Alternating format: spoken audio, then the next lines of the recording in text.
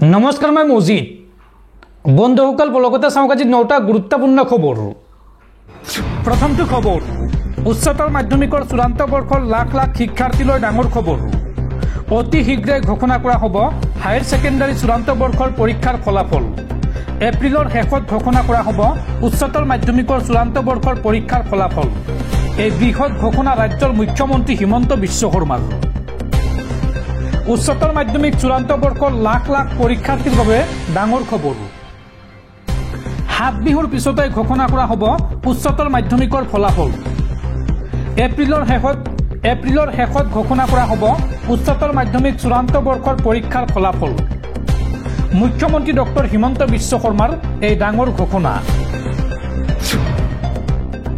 পৰৱৰ্তী খবৰ বিজেপিত এতিয়া নীতিও নাই অনুশাসনো নাই কেৱল টকা আৰু আঁচনিৰ বলতে চলি আছে বিজেপিক এতিয়া বিশ্বাস কৰিব টান পোৱা হৈছে ৰাইজে বিজেপিৰ বিৰুদ্ধে পুনৰ বিস্ফোৰক মন্তব্য প্ৰাক্তন জ্যেষ্ঠ বিজেপি নেতা অশোক শৰ্মাৰ বিজেপিৰ বিৰুদ্ধে পুনৰ অশোক শৰ্মাৰ বিস্ফোৰণ অশোক শৰ্মাই এই সন্দৰ্ভত মন্তব্য কৰি কয় যে এতিয়া নীতিও নাই অনুশাসনো নাই বিজেপিত কেৱল টকা আৰু আঁচনিৰ বলতে চলি আছে বিজেপি ভয় ভাবুকি আৰু প্ৰলোভনত চলি আছে দলটো বিজেপিক এতিয়া বিশ্বাস কৰিব টান পোৱা হৈছে ৰাইজে সেই কথাটো ৰাইজে দেখুৱাই দিব এই পঞ্চায়ত নিৰ্বাচনত কেৱল আঁচনিৰ লোভতহে তেওঁলোকৰ পিছত আছে কিছুমান মানুহ কংগ্ৰেছ নেতা অশোক শৰ্মাৰ এই বিস্ফোৰক মন্তব্য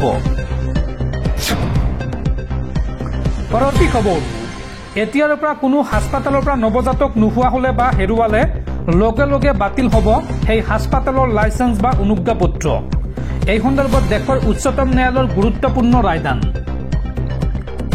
এতিয়াৰ পৰা যিখন হাস্পতালৰ পৰা শিশু চুৰি হয় সেই হাস্পতাল বন্ধ কৰি দিব বা সেই হাস্পতালখনৰ লাইসেন্স বাতিল কৰা হ'ব হাস্পতালৰ শিশু চুৰি কাণ্ডক লৈ এইবাৰ উচ্চতম ন্যায়ালয়ৰ ডাঙৰ মন্তব্য যিখন হাস্পতালৰ পৰা শিশু চুৰি হয় এই হাস্পতালৰ লাইসেন্স বাতিল কৰি দিব লাগে এই মন্তব্য উচ্চতম ন্যায়ালয়ৰ দিল্লী এনচিআৰত শিশু সৰবৰাহ গেং ধৰা পৰাক লৈ কঠোৰ হৈছে দেশৰ উচ্চতম ন্যায়ালয় উত্তৰ প্ৰদেশৰ পৰা শিশু চুৰিৰ গোচৰত উচ্চতম ন্যায়ালয়ৰ ডাঙৰ ৰায়দান আৰু এই সন্দৰ্ভত অহা 21 এপ্ৰিলত পৰৱৰ্তী শুনানি অনুষ্ঠিত হ'ব উচ্চতম ন্যায়ালয়ত ন্যায়াধীশ জে.বি. পাৰ্দিৱালা আৰু আৰ মহাদেৱন বিচাৰপীঠৰ এই ৰায়দান আৰু লগতে হাস্পতালৰ পৰা শিশু চুৰি ঘটনা ৰোধিবলৈ চৰকাৰক কঠোৰ পদক্ষেপ ল'বলৈ নিৰ্দেশ দেশৰ উচ্চতম ন্যায়ালয়ৰ দৰ্শকসকল আৰু বহুতো গুৰুত্বপূৰ্ণ খবৰ আছে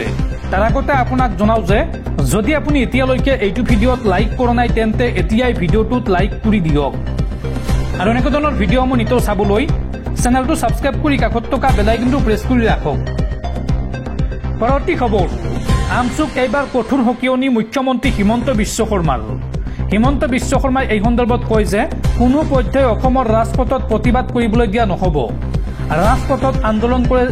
ৰাজপথত আন্দোলন কৰিলে সৃষ্টি হ'ব সংঘাতৰ ৱাকফ সংশোধনী আইনক লৈ মুখ্যমন্ত্ৰী হিমন্ত বিশ্ব শৰ্মাৰ ডাঙৰ মন্তব্য ৱাকফ সংশোধনী আইনক লৈ এইবাৰ ডাঙৰ মন্তব্য কৰিছে ৰাজ্যৰ মুখ্যমন্ত্ৰী হিমন্ত বিশ্ব শৰ্মাই আমচুৰ লগতে আইনৰ বিৰোধিতা কৰাসকলক সকিয়নি মুখ্যমন্ত্ৰীৰ কোনো পধ্যেই অসমৰ ৰাজপথত প্ৰতিবাদ কৰিব দিয়া নহ'ব ৰাজপথত আন্দোলন কৰিলে সৃষ্টি হ'ব সংঘাতৰ আমাক সংঘাত নালাগে অসমত চলিব ভাতৃত্ববোধ ৱাকফৰ বিৰোধিতা কৰাসকল উচ্চতম ন্যায়ালয়লৈ যাওক ৱাকফ সংশোধনী আইনক লৈ মুখ্যমন্ত্ৰী হিমন্ত বিশ্ব শৰ্মাৰ এই ডাঙৰ মন্তব্য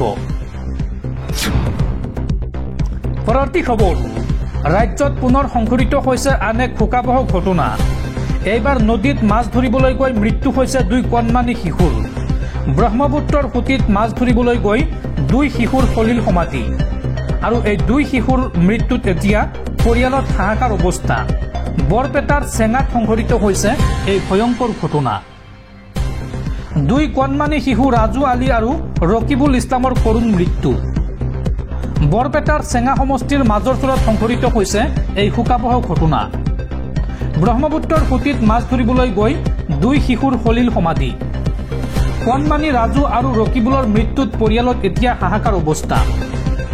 মাছ ধৰিবলৈ গৈ মৃত্যু হৈছে 5 বছৰীয়া ৰাজু আলী আৰু 7 বছৰীয়া ৰকিবুল ইছলামৰ। অচেতন অৱস্থাত নৈৰ পৰা উদ্ধাৰ কৰে পৰিয়ালৰ লোকে আৰু তাৰ পিছত স্বাস্থ্য কেন্দ্ৰত ভৰ্তি কৰায় যদিও দুয়োকে মৃত ঘোষণা কৰে চিকিৎসকে।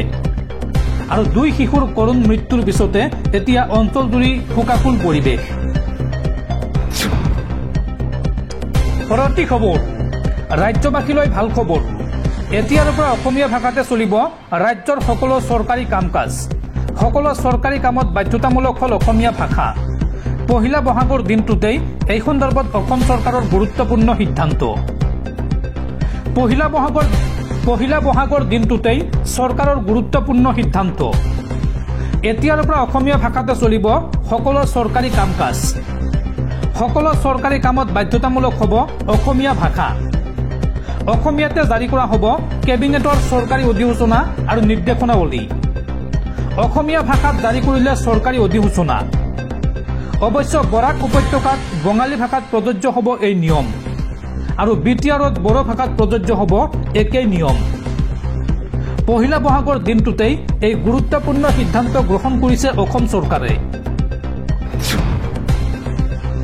পৰৱৰ্তী খবৰ, মুখ্যমন্ত্ৰী হিমন্ত বিশ্ব শৰ্মাৰ সন্মুখতে এইবাৰ মন্ত্ৰী জয়ন্ত মল্ল বৰুৱাৰ ওপৰত ক্ষোভ উজাৰিলে ৰাজ্যিক বিজেপিৰ সভাপতি দিলীপ শইকীয়াই। খঙত অগ্নিশৰ্মা হৈ পৰিল ৰাজ্যিক বিজেপিৰ সভাপতি দিলীপ শইকীয়া। 1 বহাগ অৰ্থাৎ পহিলা বহাগৰ দিনটোতেই ৰাজ্যিক বিজেপিৰ সভাপতি দিলীপ শইকীয়াৰ খবৰ সন্মুখীন হ'ল মন্ত্ৰী জয়ন্ত মল্ল বৰুৱা। স্বয়ং মুখ্যমন্ত্ৰী ডক্টৰ হিমন্ত বিশ্ব শৰ্মাৰ সন্মুখতেই সকলোৰে সন্মুখত নলবাৰী নিজা সমষ্টিত জয়ন্ত মল্ল বৰুৱাক কটু বাক্য শুনালে গেৰুৱা দলটোৰ ৰাজ্যিক সভাপতি দিলীপ শইকীয়াই।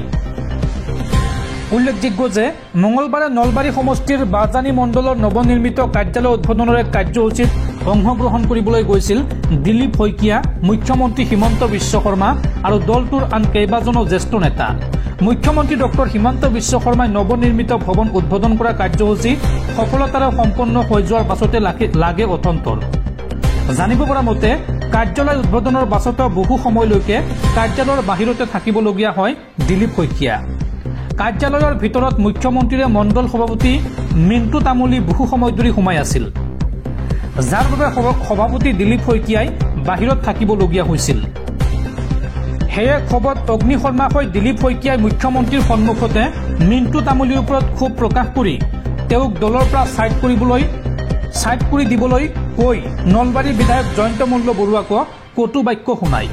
আৰু সেই সময়ত দলীয় কৰ্মীৰ সৈতে দিলীপ শইকীয়াৰ সন্মুখত মন্ত্ৰী জয়ন্ত মল্ল বৰুৱাৰ কাষত উপস্থিত আছিল স্বয়ং মুখ্যমন্ত্ৰী হিমন্ত বিশ্ব শৰ্মা। দিলীপ শইকীয়াই ৰাজহুৱাকৈ এইদৰে এগৰাকী মণ্ডল সভাপতি আৰু নলবাৰীৰ বিধায়ক তথা জ্যেষ্ঠ মন্ত্ৰী জয়ন্ত মল্ল বৰুৱাক একাকাৰ কৰি কটু বাক্যৰে ক্ষোভ প্ৰকাশ কৰা বিষয়টো সামাজিক মাধ্যমত বনজুইৰ দৰে বিয়পি পৰিছে। বহুতে আকৌ ইয়াত নপুৰণি বিজেপিৰ মাজৰ সংঘাতো দেখা পাইছে। পৰৱৰ্তী খবৰ, মধ্যপ্ৰাচ্যৰ যুদ্ধ ক্ৰমাৎ বিশ্বজুৰি বিয়পি পৰিছে। ইজৰাইলে গাজাত চলোৱা অত্যাচাৰৰ এইবাৰ প্ৰতিশোধ ল'লে মালদ্বীপে। মালদ্বীপত ইজৰাইলী লোকৰ ন এণ্ট্ৰি, অৰ্থাৎ ইজৰাইলী লোকে এতিয়াৰ পৰা প্ৰৱেশ কৰিব নোৱাৰিব মালদ্বীপত। মালদ্বীপ ৰিপাব্লিকত ইজৰাইলৰ পাছপৰ্ট থকা ব্যক্তিৰ প্ৰৱেশ নিষিদ্ধ কৰিলে মালদ্বীপৰ ৰাষ্ট্ৰপতি মহম্মদ মুইজু চৰকাৰে।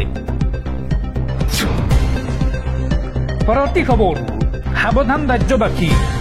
এইবাৰ নৱবৰ্ষত ৰাজ্যত বৃদ্ধি পাব ভূমিকম্প, শিলাবৃষ্টি আৰু ঘূৰ্ণী বতাহৰ প্ৰকোপ। ৰাজ্যত বতৰে ল'ব ভয়ংকৰ ৰূপ। বৰপেটা সত্ৰৰ বৰ্ষফল গণনাত প্ৰকাশ পাইছে এই তথ্য। সাৱধান ৰাজ্যবাসী। এইবাৰ নৱবৰ্ষত ৰাজ্যত বৃদ্ধি পাব ভূমিকম্প, শিলাবৃষ্টি আৰু ঘূৰ্ণী বতাহৰ প্ৰকোপ। ৰাজ্যত বতৰে ল'ব ভয়ংকৰ ৰূপ। 2025 বৰ্ষৰ আৰম্ভণিৰ পৰাই ইটোৰ পিছত সিটোকৈ ভূমিকম্পই জোকাৰিছে অসম। শিলাবৃষ্টি ধুমুহাৰ ফলতে ক্ষতিগ্ৰস্ত হৈছে ৰাজ্যৰ বিভিন্ন প্ৰান্ত আৰু পুনৰ শিলাবৃষ্টি ধুমুহাই তাণ্ডৱ চলোৱাৰ সম্ভাৱনা। ঘূৰ্ণী বতাহৰ প্ৰকোপ বৃদ্ধি পাব এই বছৰত। সেয়ে সাৱধানে থাকক ৰাজ্যবাসী। বৰপেটা সত্ৰৰ বৰ্ষফল গণনাত এই মন্তব্য কৰিছে বা এই তথ্য প্ৰকাশ পাইছে।